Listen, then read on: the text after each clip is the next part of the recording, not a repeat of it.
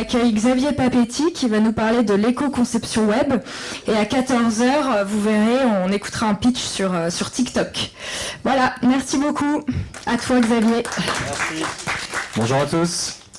Alors, je me présente rapidement. Donc, je suis Xavier Papetti, je suis responsable de l'agence NSW. Donc, NSW qui est une agence créative intégrée au groupe. C'est nous qui avons conçu et développé le site Les Écoles Parisiens. Et on l'a éco-conçu. Et en fait, c'est pour ça qu'on va parler d'éco-conception web aujourd'hui. On va un peu vous expliquer ce qu'on a fait, qu'est-ce que c'est que l'éco-conception et ce qu'on a mis en œuvre. Alors je vous propose juste un petit peu de contexte sur la pollution numérique pour commencer, pour comprendre en fait quels sont les objectifs de l'éco-conception. Avec un premier chiffre, des chiffres qui sont assez parlants. Le premier chiffre, c'est sur l'impact du numérique dans la planète. Aujourd'hui, le numérique produit 4% des gaz à effet de serre de la planète. Donc bon, 4%, c'est un chiffre qu'on peut juger comme étant non négligeable. Mais qui n'est pas forcément énorme. Ce qui est intéressant, c'est de le mettre en relation avec d'autres secteurs.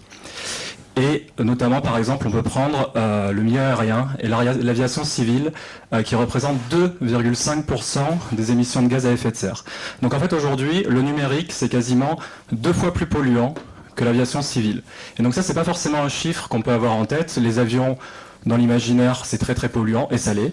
Mais le numérique, en fait, aujourd'hui, c'est 2 fois plus polluant. Donc il y a clairement quelque chose à faire. Alors, dans ce chiffre de 4%, il y a quand même des paramètres à prendre en compte. Le premier, c'est que la majorité de ces émissions de gaz à effet de serre sont liées à la fabrication. Donc à la fabrication des matériels qui vont vous permettre de vous connecter à Internet et d'avoir accès. Donc les objets, les ordinateurs, les smartphones, etc. qui sont très très consommateurs.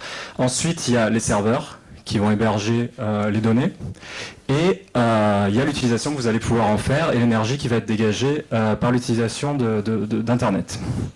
Donc la majorité, c'est quand même la fabrication. Et donc ensuite, un autre chiffre, du coup, qui est lié à ça,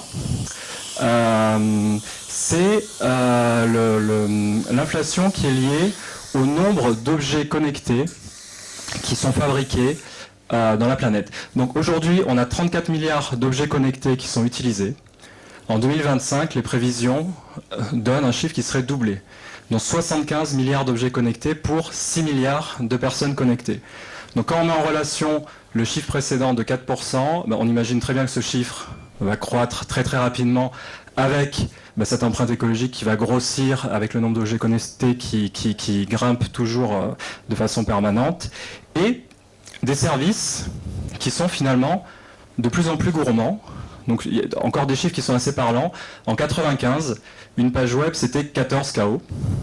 27 ans plus tard, c'est 2,2 KO. Donc c'est 155 fois plus gros. Maintenant, on peut se poser une question. Est-ce que Internet est 155 fois plus pratique qu'en 1995, plus utile? La réponse n'est pas forcément oui. Imaginez un exemple tout bête, quand vous réserviez votre billet de train au début des années 2000, est-ce que vous allez aujourd'hui 155 fois plus vite pour réserver votre billet de train? Est-ce que c'est 155 fois plus pratique? Pas forcément, et encore moins avec les dernières applications de la SNCF.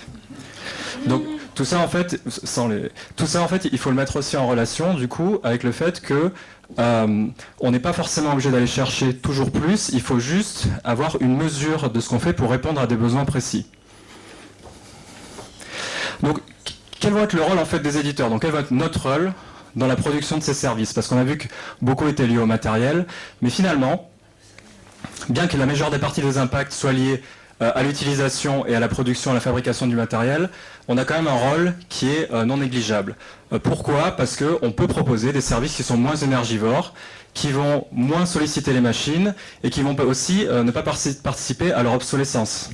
Parce que si on propose des services qui sont light, on n'a pas forcément besoin de changer son téléphone ou son ordinateur tous les 4 matins. Et donc ils vont prolonger la durée de vie.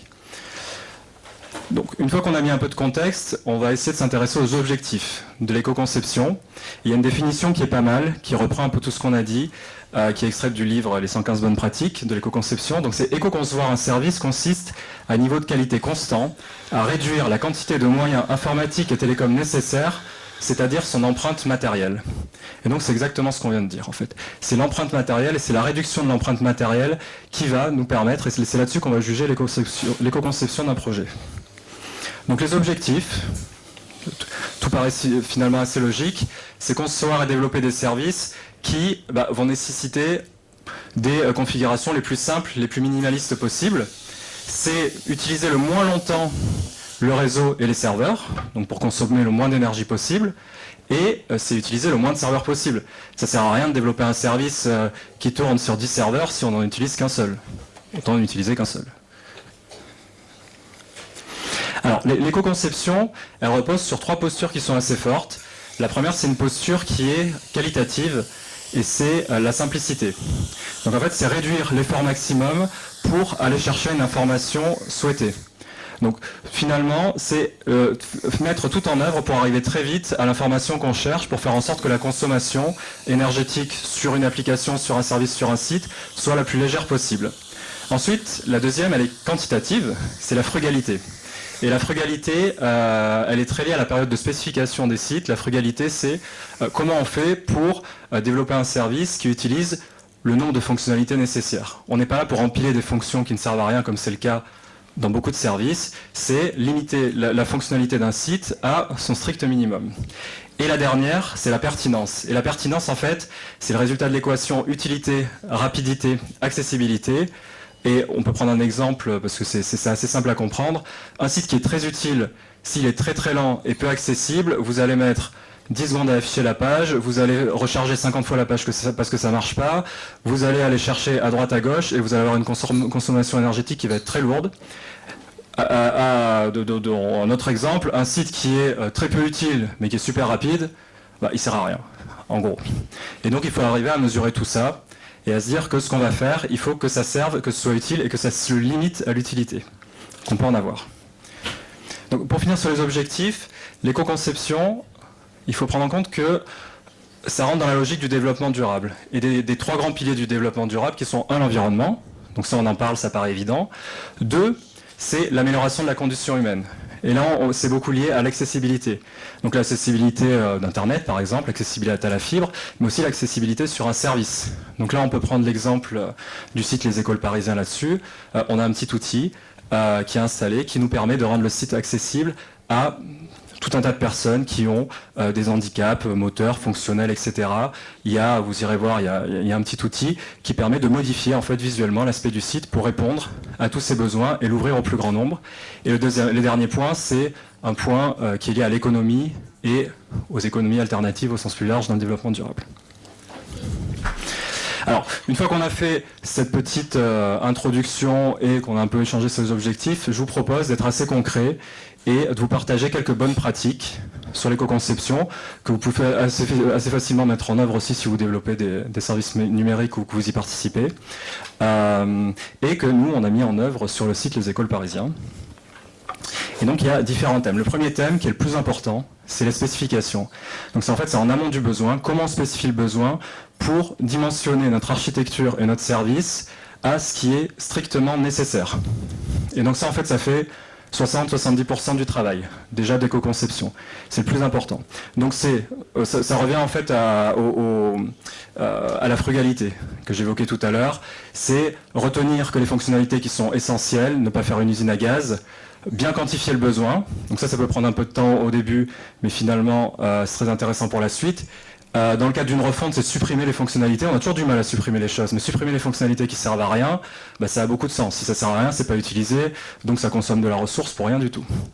Et privilégier une approche mobile first, parce que finalement, quand on va privilégier une approche mobile first, on va réduire son site à ce qui est le plus simple en termes d'utilisation pour rentrer dans des devices qui sont un peu plus grands.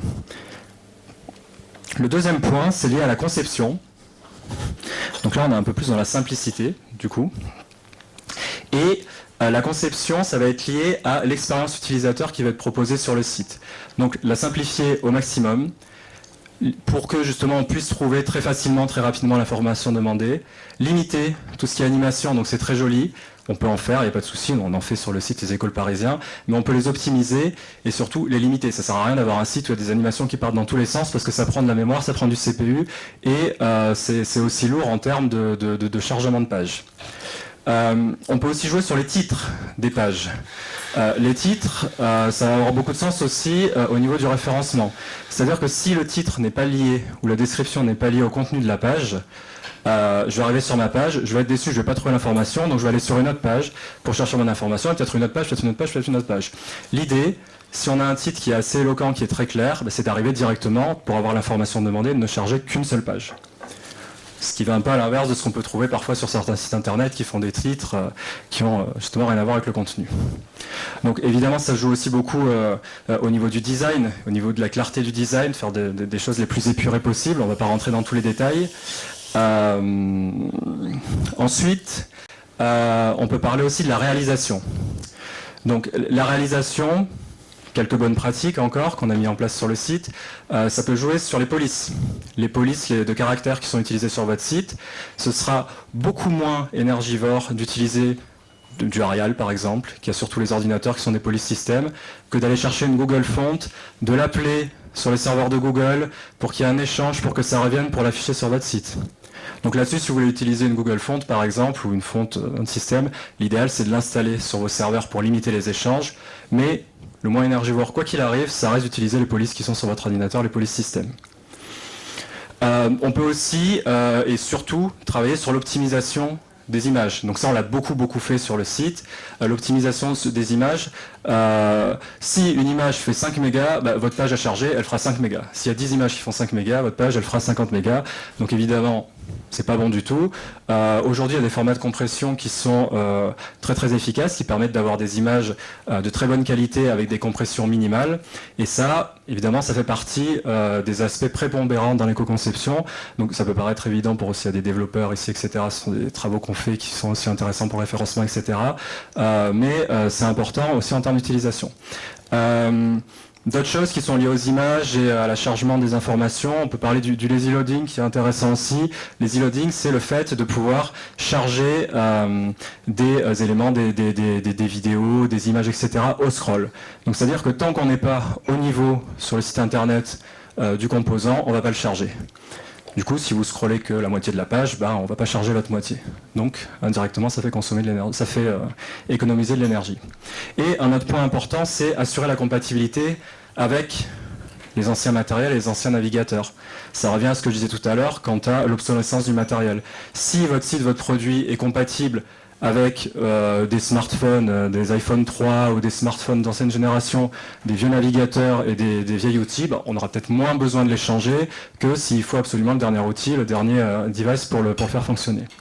Et ça, c'est un point important parce qu'on sait que la fabrication, c'est l'élément qui est le plus énergivore.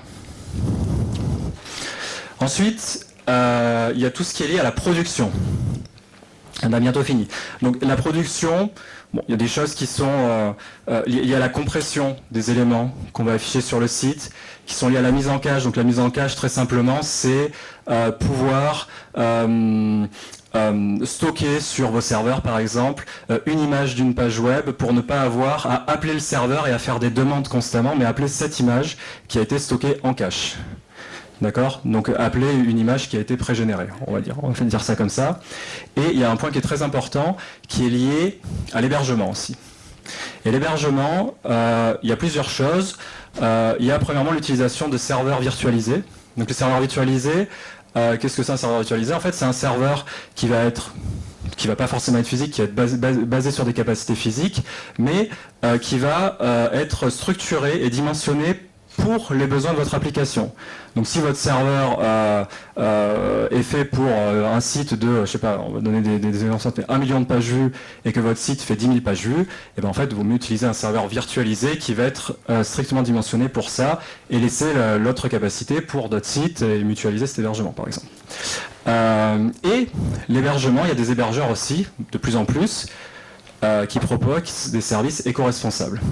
Donc l'éco-responsabilité pour un hébergeur, c'est quoi ? C'est gérer ses achats de serveurs, de matériel, parce qu'on sait que ça c'est important. C'est compenser son empreinte environnementale. Les salles serveurs, ça chauffe beaucoup, c'est un peu comme des petites centrales nucléaires. Donc il faut aussi les climatiser, donc c'est de la consommation d'eau. Donc c'est aussi trouver des solutions pour recycler tout ça. Et donc il y a des hébergeurs qui sont labellisés, qui ont des actions depuis quelques temps. Nous on est passé par les services d'un hébergeur qui s'appelle Planet Hoster par exemple pour les écoplanètes, qui est historiquement au Canada, qui a des data centers en France et donc qui est labellisé hébergeur éco-responsable. Et ça c'est un point très important parce que ça rentre dans la logique globale, parce qu'évidemment l'éco-conception c'est pas uniquement le site internet, c'est l'infrastructure, c'est vous aussi derrière l'utilisation que vous en faites, etc. Et pour finir, point intéressant, donc pour vous qui utilisez les sites internet, c'est lié à l'utilisation que vous en faites quand vous allez sur le back-office de votre CMS et que vous publiez des contenus. Parce que, par exemple, on a vu tout à l'heure que nous, on pouvait redimensionner automatiquement les images pour les alléger, etc., etc. Mais si vous faites cette action en amont, vous n'allez pas solliciter la machine. Et finalement, on va avoir une empreinte écologique qui sera moindre si vos médias, quand vous les publiez sur vos articles, sont redimensionnés et optimisés en amont. De la même façon, l'utilisation du GIF, on peut la limiter. Le GIF, c'est un format qui est assez énergivore parce qu'il y a des animations, etc. Et bien qu'il soit très sympa, les recommandations, c'est les limiter. Quand on est à la diffusion, il y a évidemment toute une logique qui est liée au CRM, aux envois d'emails, aux envois de newsletters. Il y a un gros travail à faire aussi. Est-ce que tous les emails que j'envoie sont strictement nécessaires? Est-ce que je contrôle bien le poids de mes emails? À combien j'envoie de personnes j'envoie mes emails? Est-ce que il faut pas que je fasse des nettoyages de base de données plus souvent parce que des personnes, une fois qu'elle n'a pas lu mon email pendant trois envois par exemple, je peux peut-être me passer de lui envoyer. C'est toujours ça de gagner. En fait, quand on met tout bout à bout, mais ça fait des économies qui sont non négligeables. Donc il y a beaucoup de choses aussi sur la compression des documents. Et un point important aussi niveau marketing, par exemple, on est toujours tenté de mettre tout un tas d'outils d'analyse sur notre site. Donc on a Google Analytics, on a Internet, on a un outil pour analyser telle chose, pour les clics, etc., etc., etc. Finalement, ça consomme beaucoup d'énergie parce que ce sont des outils qui sont externalisés. Donc on fait des appels constamment à l'extérieur. Et tous ces appels, ça consomme aussi énormément d'énergie. Donc les recommandations, c'est de les limiter au strict minimum. Et le dernier point maintenant, donc sur la maintenance et la fin de vie, donc la maintenance ça reprend un peu tous les points qu'on a vus, la maintenance évolutive, tous les points qu'on a vus avant. Sur la fin de vie, il y a des choses qui sont applicables aussi facilement dans le groupe au niveau des rédactions ou autres. On peut avoir une stratégie par exemple de fin de vie des contenus. Il y a tout un tas de papiers, je pense, qui sont publiés, qui restent en brouillon, qui sont dépubliés, etc., qui prennent en fait de la place inutilement sur les serveurs. Et là il y a tout aussi une stratégie de nettoyage à mettre en place. Et qu'on peut opérer assez simplement et rapidement. Alors, maintenant pour finir, je vous partage quelques outils de mesure qui sont accessibles un peu à tout le monde, qui vont permettre de mesurer en fait l'empreinte écologique d'un projet, d'un site web.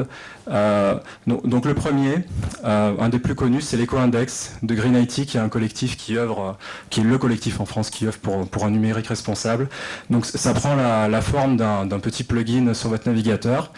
Et ça va vous donner une note d'éco-responsabilité et vous guider sur les bonnes pratiques à mettre en œuvre pour rendre votre site le plus éco-responsable possible. Donc c'est des notes qui vont de A à G, H, je sais pas. Donc là sur le site Les Écoles Parisiens, par exemple, sur la page d'accueil, on a une note de B, qui est plutôt une bonne note parce qu'il a été optimisé et il a été pensé aussi comme ça, mais on peut toujours l'améliorer. Parce que l'éco-responsabilité, c'est pas juste l'éco-conception. L'éco-conception, c'est pas juste à la production. Il y a la production qui est importante, mais ensuite, il faut aussi travailler sur tout le cycle de vie de notre site. Parce que notre site vit, et donc il faut continuer à faire des aménagements en continu pour optimiser ses performances. Ensuite, il y a un autre outil, pareil, qui est facilement accessible et qui donne des résultats très visibles, qui s'appelle Yellow Lab Tools, pardon. Un peu dans le même goût que l'Eco-Index de Green IT, qui va vous permettre d'avoir une note assez simple et vous donner des recommandations sur les bonnes pratiques à mettre en œuvre pour améliorer les performances de votre site internet. Donc encore une fois, on n'est pas trop mal sur le site Les Écoles Parisiens. Il y a un site qui est très bien, qui est très utilisé, qui s'appelle Website Carbon Calculator, qui va mesurer l'empreinte carbone d'une page d'un site web que vous allez lui donner et la mettre en relation avec la consommation d'une voiture sur X années, etc. etc. Donc vous rentrez votre URL et de suite il vous positionne par rapport au web. Donc là par exemple on voit que on voit peut-être pas très bien pour vous, mais on voit que pour le site Les Écoles Parisiens, l'empreinte carbone est meilleure que 89% des sites qui ont été testés. Donc c'est très bien. On peut évidemment toujours faire mieux. L'idée, c'est pas d'être au-dessus des autres, c'est que tout le monde soit à peu près au même niveau, avec une consommation de 0,14 g de CO2, une émission de 0,14 g de CO2 chaque fois qu'une visite est faite sur une page, sachant que la moyenne, elle est autour de 0,9. Donc elle est encore assez élevée, la médiane 0,5. Donc il y a des choses à faire là-dessus. Si vous voulez y accéder, c'est assez simple, il suffit de rentrer l'URL et vous avez tout de suite des résultats qui sont très parlants. Et le dernier que je vous partage, c'est un outil qui est bien connu des développeurs, qui est l'outil de Google, qui s'appelle Lighthouse, qui va permettre en fait d'évaluer les performances d'un site, que ce soit au niveau de son accessibilité, de sa rapidité, de ses performances SEO. Donc là, on a aussi des super notes. Parce que, je vais finir là-dessus, en fait, tout est lié. C'est-à-dire qu'un site éco-responsable, c'est un site qui va être très léger, qui va s'afficher rapidement, donc qui va avoir d'excellentes performances en termes de SEO, qui va être assez simple d'utilisation parce qu'il va être très fonctionnel, et finalement un site éco-responsable, c'est un très bon site, et c'est un site du coup qui va émerger le plus possible dans les moteurs de recherche, qui va être très accessible parce qu'il va s'adresser à tout le monde, et ça fait partie en fait des bonnes pratiques, pas forcément de l'éco-conception, mais des bonnes pratiques du développement et de la conception web au sens large. Et je finis, avant de vous remercier, je vous partage juste les références d'un livre qui fait office justement de référence dans le domaine de l'éco-conception, qui vient de sortir dans sa 4e édition il y a quelques semaines, qui s'appelle Éco-conception web, les 115 bonnes pratiques. Donc si ça vous intéresse, je vous invite à le consulter, parce que justement ça donne assez simplement tous les tips pour faire en sorte que vos projets soient le plus éco-responsables possible. Et merci à tous. Merci Xavier. Est-ce qu'il y a des questions ? Oui. Une petite question, en tant qu'utilisatrice, comment je sais qu'un site a été éco-conçu ? Alors, bon, là-dessus, en général, quand les sites sont éco-conçus, il y a une communication qui est faite dessus. Donc, ça, on voit très vite en bas de page, ce site a été éco-conçu ou autre. Sinon, pour voir si un site, en tout cas, respecte les bonnes pratiques de l'éco-conception, il suffit d'aller voir les outils que je vous ai partagés. Vous allez sur Google Lighthouse, vous allez sur l'éco-index et vous allez voir sa note en éco-conception assez rapidement. Est-ce que tout ça, c'est seulement des bonnes pratiques ou c'est aussi, ça relève aussi d'obligations légales Non, alors il n'y a pas d'obligation légale là-dessus, ça reste de la bonne pratique, mais quand on voit la consommation énergétique, la consommation des devices et tout ce que ça engendre, pour nous, ça doit être des obligations en tout cas, parce que quand on se rend compte qu'il y a 75 milliards d'objets connectés qui seront en circulation dans seulement 3 ans, on imagine tous les dégâts aussi que ça peut générer pour la planète et pour l'empreinte écologique mondiale. Donc vous, à l'agence NSW, c'est votre pilier. Vous ne pouvez pas faire votre activité sans prendre en compte l'éco-conception. Nous, clairement, tous nos développements maintenant sont basés selon des logiques d'éco-conception. Et je le redis, mais ça a vraiment un intérêt, évidemment pour l'environnement, pour la planète, etc. Mais c'est des bonnes pratiques de développement au sens large. C'est des pratiques qui vont permettre aussi d'avoir un site qui est plus économe, tout simplement. Parce que quand on limite le nombre de serveurs, ça coûte moins cher. Quand on est sur un environnement qui est plus rapide, on va potentiellement faire plus de ventes sur notre site parce qu'on va créer moins de frustration. Donc tout est lié. Donc tous les acteurs du marché s'y mettent en fait. Il n'y a pas un qui... J'espère pour tout le monde en fait. Donc je ne sais pas si tout le monde le fait, mais de plus en plus d'agences en tout cas travaillent sur ces principes.